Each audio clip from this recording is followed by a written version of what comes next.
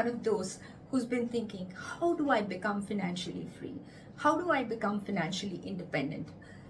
Well, if you're one of them, then who's actually caught in between all this constant bombardment of so much of information coming to you from different directions, so many get rich quick schemes, so many courses, so many books on the same topic, well, I can understand.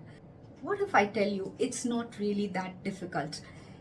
With this eye-opening video, you will, if you just stay till the end, I can just cut through all this noise that is happening around you and give you exactly what is it that you need. So just stay till the end. And I'll be sharing with you some of my own real life experiences along with my knowledge that has been accumulated from reading books and working with world-class experts and my mentors and my coaches. So, firstly, let me talk about why is it that a woman should look for financial freedom and financial independence. A lot of this has come to me as a download from my own mother.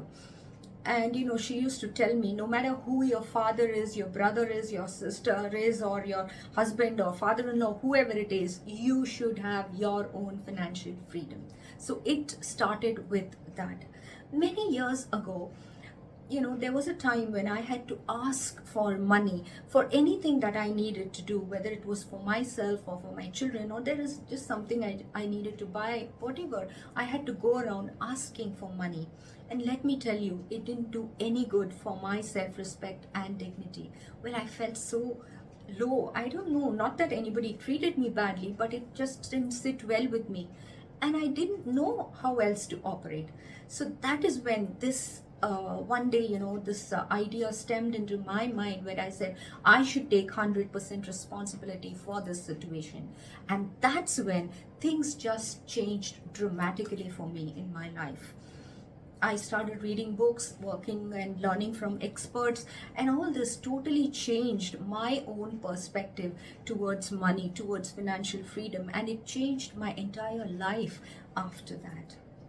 Hi, I'm Kavita Manivannan, a life transformation expert and a confidence coach, having worked with thousands of people globally till now. I want to share with you the 7 principles on how to get rich and become financially free and independent. Now, whatever I'm going to be sharing with you are principles. Just like whatever goes up has to come down, similarly, these are principles that can work for anyone. It doesn't matter what your background is or where you come from.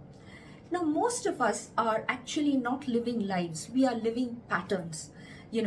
It's because if you see, those people who continue to get rich will continue to get rich. Those who continue to remain poor will continue to remain poor. And the same people who are being successful in something will keep getting successful. So why is it that happens? Because we live patterns.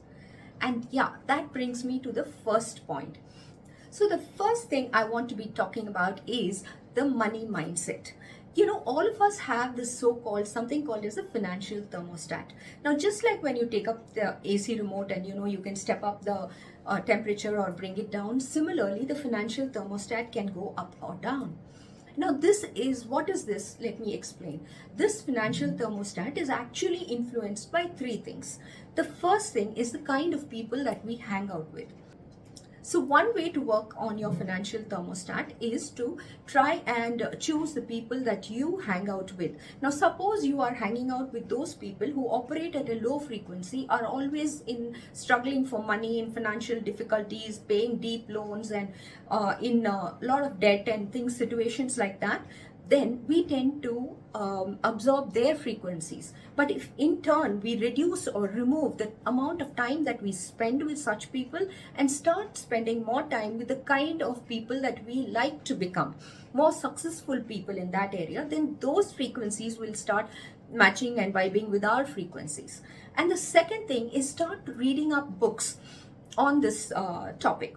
Now, for example, if you pick up any book, it doesn't mean that you have to read it from cover to cover, but you pick up those points of value which resonate with you and start implementing those aspects in your own life. That is another way of stepping up your financial thermostat. And the third way is to actually get enrolled in courses, or try to get enrolled with coaches and mentors who are experts in this field. I realized for myself that in any area, if I was stuck and I wanted to become better, I have always grown fastest when I learned it from the experts. So that would be a good idea to try and learn from coaches and experts who are experts in that particular field. Now here you should identify the kind of coach whom you want to work with, because you should see if their values match with yours. And only then, if your values resonate with each other, you will be able to completely surrender to your coach and start incorporating what they teach you. So these are the three ways how you can up your financial thermostat. That is the money mindset. And also remember to harness the power of the mind, because the mind is the most powerful tool in the world. Now, if you see anything, any creation in this world, right from the Burj Khalifa to famous monuments to even the recent Chandrayaan, everything began as an idea in the mind. So whatever begins as an idea, then you see it in reality. So that is how we should also start working on our own mind and start envisioning better success, better wealth creation, better lives for ourselves. Now, we all operate, it is said, at only 5% of our brain's capacity and intelligence. Just imagine, everything that we have around us is the result of that 5%. If we were to just tweak it another 5%, what could be the quality of life that you could give yourself and to the people around you and the people you love? So start harnessing on the power of the mind, the most powerful tool in the world, and which only the humans are blessed with. The second point is assets versus liabilities. Now, I learned from my mentors that assets are some things which bring money into our pocket, and liabilities are those things which take away money from our pocket. Now, for example, if you buy a property, you invest in a property and you start living there, but you are actually ending up paying huge amounts of EMI to the bank and loans, then that becomes a liability. It cannot be an asset. As opposed to, if you buy a property and then you rent it out and then you start getting a rental income out of it, then it becomes an asset. So that is the major difference between an asset and a liability. And what is the definition of true wealth? True wealth is when you have enough wealth that you can stop working and actually start having a life, continuing to live a life that you are currently living without compromise and without sacrifice. That is the meaning of true wealth. And financial freedom is when your passive income becomes much more than your active income and your expenses. So that is something you will have to work around. The third one is value creation. Now, no one gets paid for anything if they don't give value to the marketplace. So even if you have loads of knowledge and skills, and if it doesn't reflect in your bank account, then you're really not providing any value to the marketplace. You're not serving the need of the marketplace. It's time to start reflecting and asking yourself, am I providing value to the marketplace? The best way to earn money and to create wealth is by starting to help people by trying to solve their problems. The bigger the problem you solve, then the bigger the scope of wealth creation is there, the better opportunity you get. And what happens here is, one more thing that I would like to add here is, work on your adaptability quotient. Gone are the days when higher intelligence equals to higher pay packet. Today, it is your adaptability quotient that is required. Now, if you look at companies like, big businesses like Kodak and Nokia and BlackBerry, they've all just been completely wiped out. During COVID itself, if you observe, there were so many businesses which just went out of existence because they were not quick at adapting to the changes in the environment, the requirements of the marketplace.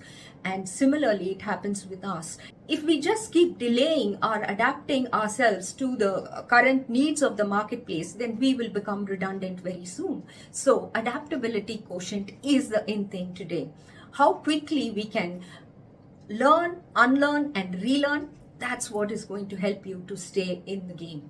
The fourth one is ability to build relationships. Now we know that buying is an emotional decision.